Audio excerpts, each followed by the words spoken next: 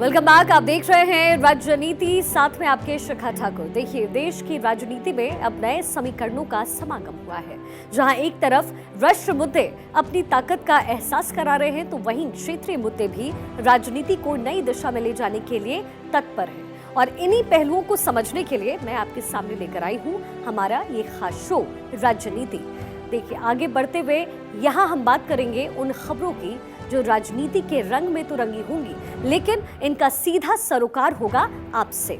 यहाँ उन खबरों पर हमारी नजर रहेगी जो राजनीतिक गलियारों से निकलते हुए हमारे आपके जीवन पर सीधा असर डालती है। हमारी कोशिश रहेगी कि ऐसी ही खबरों को आपके घरों तक पहुंचाया जाए, और ऐसे में सबसे पहले आज हम बात करेंगे चुनावी राज्य यानी मध्य प्रदेश की, जहां आशीर्वाद के सहारे सत्ता के शिखर पर विराजमान बन रहने की कोशिशें लगातार शुरू हो गई हैं। यहाँ बीजेपी जन आशीर्वाद यात्रा निकाल रही है, जिसका मकसद है जमीन पर अपनी पकड़ को और मजबूत करना। जहाँ कोई कमी नजर आती है तो उसे जल्द से जल्द सुधारने का प्रयास करना। वहीं आज की दूसरी बड़ी खबर राजनीति में होगी उत्तर प्रदेश से, जहां आज घोसी में उपचुनाव हुए। घोसी में उपचुनाव को लेकर के सियासी पारा लगातार हाई बना हुआ है, और अब चुनाव का वक्त खत्म होते होते उसके परिणामों पर भी चर्चा तेज होने लगी है। तर्क देने वाले अपने अपने तर्क देने लग गए हैं, और जीतने वाले क्यों जीतेंगे और हारने वाले क्यों हारेंगे, और इस पर हम आगे विश्लेषण करेंगे। और अगली खबर होगी चुनावी राज्य यानी राजस्थान की, जहां केंद्रीय मंत्री गडकरी ने चुनावी राज्य में हुंकार भरी और कहा कि मैं किसान का बेटा हूं, मुझे किसानों की समस्याएं बखूबी पता है। तो कैसे इन तमाम राज्यों को साधने की कोशिश पॉलिटिकल पार्टी करेगी, इसका जिक्र हम राजनीति में करेंगे। ऐसे में फिलहाल सबसे पहले बात कर लेते हैं कि बीजेपी की जन आशीर्वाद यात्रा की। इस यात्रा के जरिए बीजेपी अपना सबसे बड़ा एक्सपेरिमेंट इस वक्त करने जा रही है, जहां बीजेपी एक तरफ जन आशीर्वाद यात्रा के जरिए 2024 की जमीन को और मजबूत करेगी, तो वहीं 2023 में आने वाली समस्याओं को भी समेटने की कोशिश बीजेपी की तरफ से की जाएगी। कैसे, एक रिपोर्ट आपको दिखाएंगे। भारत माता की, भारत माता की। चुनाव से पहले जनता का आशीर्वाद लेने के लिए बीजेपी ने जन आशीर्वाद यात्रा को हरी झंडी दिखा दी है। इस जन आशीर्वाद यात्रा के सहारे बीजेपी ने घर घर पहुंचने की कवायद तेज कर दी। मकसद साफ है, गली गली यात्रा के सहारे वोटरों के मन को टटोलना। बीजेपी के प्रमुख रणनीतिकार माने जाने वाले अमित शाह ने मिशन 2023 की नैया पार लगाने के लिए अनुसूचित जाति और अनुसूचित जनजाति की 82 सीटों में भगवा फहराने का संकल्प लिया। आप लोगों ने कमलनाथ की सरकार यहां देखी है। 51 से ज्यादा गरीब कल्याण की योजनाओं को एक करप्शन नाथ ने बंद कर दिया था। सीएमओ मनी कलेक्शन का ऑफिस बन गया था। कांग्रेस की working committee corruption working committee बन गई थी, और 800 से ज्यादा ट्रांसफर हो गए थे। इस्तीफे के 15 मिनट पहले 63,000 करोड़ का मोबाइल घोटाला, 350 करोड़ का मोजरबेर घोटाला, 2400 करोड़ का अगस्ता वेस्टलैंड घोटाला, 600 करोड़ का इप्को घोटाला, 25,000 करोड़ कर्ज माफी का वादा न निभाना, और 11,878 करोड़ का किसानों का गेहूं का बोनस खा जाना। मित्रों, एक कमलनाथ सरकार ने भ्रष्टाचार के सारे रिकॉर्ड तोड़े। सरकार के विकास कार्यों को बताने के लिए बीजेपी ने जनता के बीच भेजने के लिए विकास रथ तैयार किया, जिसे हरी झंडी दिखाकर रवाना किया गया। जन आशीर्वाद यात्रा को हरी झंडी दिखाने के लिए मध्य प्रदेश के मंडला पहुंचे अमित शाह के साथ मंच पर मुख्यमंत्री शिवराज सिंह चौहान नजर आए। एक पाप और किया कांग्रेस ने। प्रधानमंत्री जी भेज रहे थे 6,000 रुपया किसानों के लिए। कमलनाथ जी, तुमने सूची नहीं भेजी किसानों की, डर गए कि मोदी जी का नाम नहीं हो जाए तो सूची मत भेजो, पैसा नहीं मिले तो ना मिले, लेकिन मोदी जी का नाम ना हो जाए। लेकिन अपनी सरकार बनने के बाद 80 लाख किसानों के नाम प्रधानमंत्री किसान सम्मान निधि में जोड़े। और मेरे बहनों और भाइयों, पीएम साहब 6,000 दे रहे थे, तो चौथी बार मुख्यमंत्री बना तो मेरे दिल में भी आया कि शिवराज 4000 तू भी दे दे रे, चौथी बार बन गया है। एक तरफ जहां बीजेपी सियासी पेस पकड़ने की कोशिश में जुटी है, तो वहीं बीजेपी के अंदर खाने नाराजगी की भी चर्चा है। अमित शाह जहां हर सीट पर मजबूती के साथ उतरने की बात कर रहे हैं, तो वहीं पार्टी के भीतर नाराज नेता भी मुखर होकर बोलने लगे हैं, जिसको कांग्रेस ने अपने एजेंडे के लिए इस्तेमाल करना शुरू कर दिया।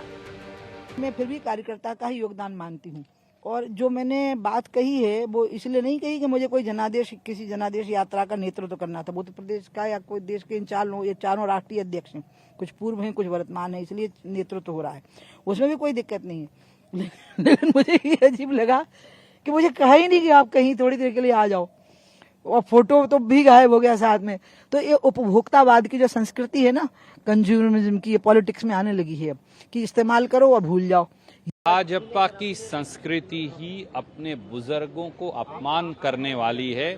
आदरणीय मोदी जी ने जिस प्रकार से लाल कृष्ण आडवाणी जी, मुरली मनोहर जोशी जी और उनके 2 दर्जन वरिष्ठ नेताओं को दरकिनार किया, शिवराज सिंह चौहान अपने गुरु की बात चेला मान रहा है, और यहाँ भी अहंकार में शिवराज सिंह चौहान अपने खुद के भाजपा के लोगों को तिरस्कृत कर रहा है। दरअसल यात्रा में राज्य की पूर्व मुख्यमंत्री उमा भारती को आमंत्रण तक नहीं दिया गया।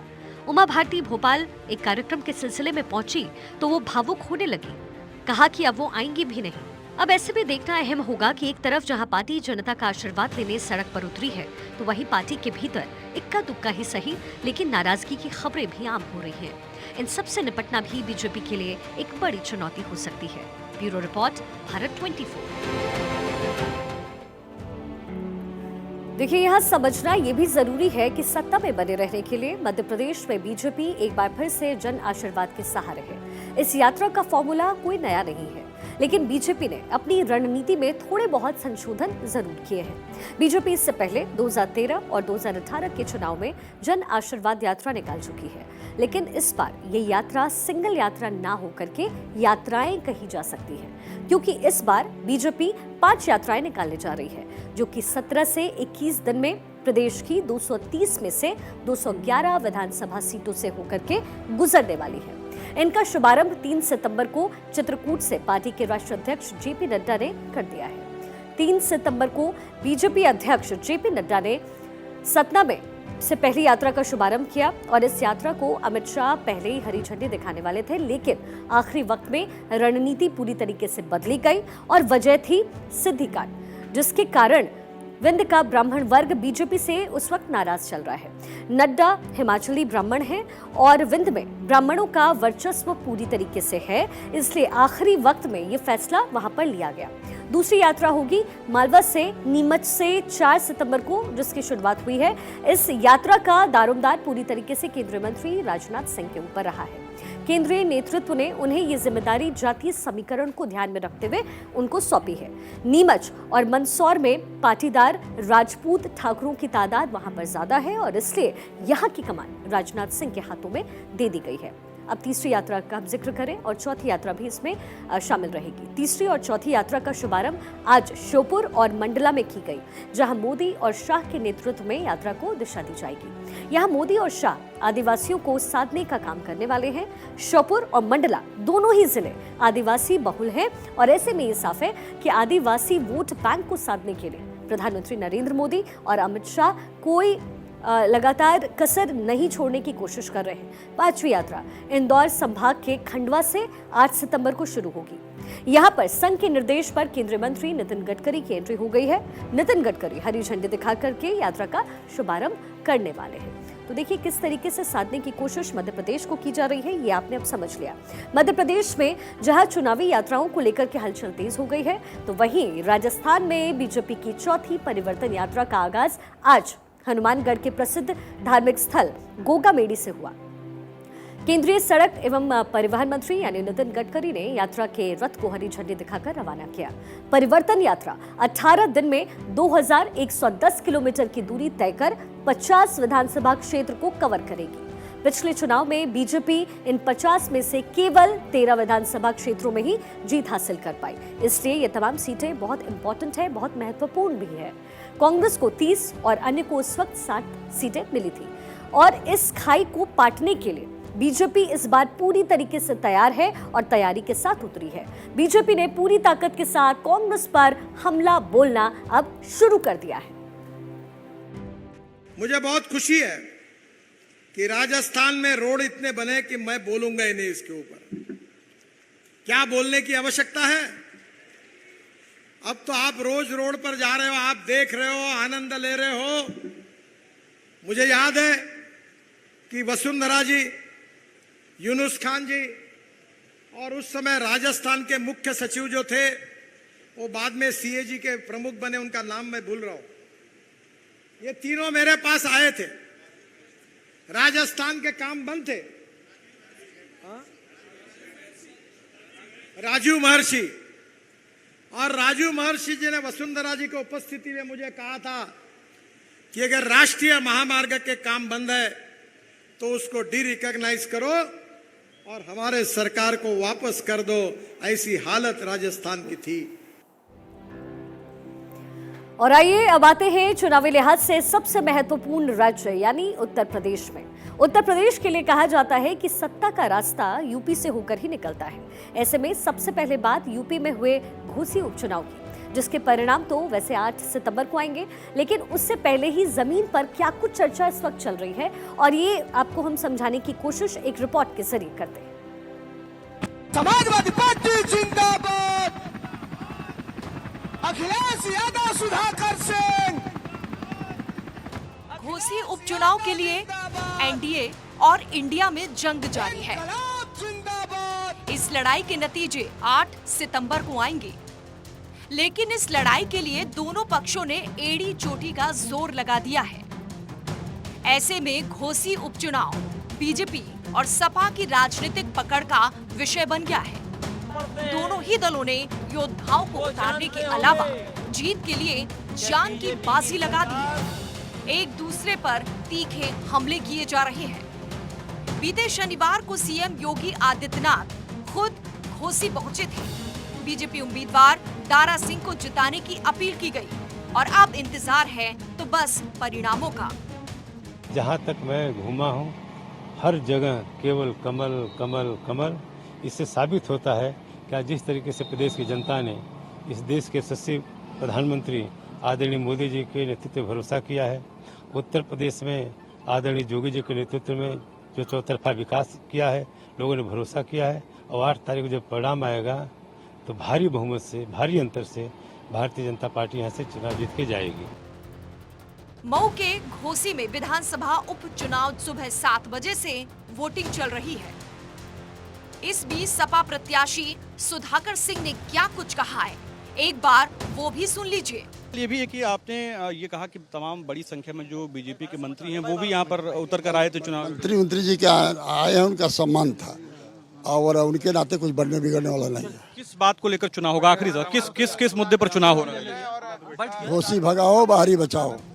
यूपी के रास्ते बीजेपी पूरे देश में एक प्रभाव छोड़ना चाहती है। योजना ये है कि किसी भी तरह 80 के आंकड़े के करीब ही जीत का ग्राफ रखा जाए, तो वही सपा सभी को चौंकाने की रणनीति बना रही है। घोसी उपचुनाव से एक हद तक तस्वीर साफ हो जाएगी। एक हद तक साफ हो जाएगा कि सियासी बयार किस ओर बह रही है। राजनीतिक पंडितों का मानना है कि घोसी उपचुनाव कई मामलों में खास है। आगे की चुनावी रणनीति बनाने में भी इस उपचुनाव के सहारे मदद मिलने के आसार हैं।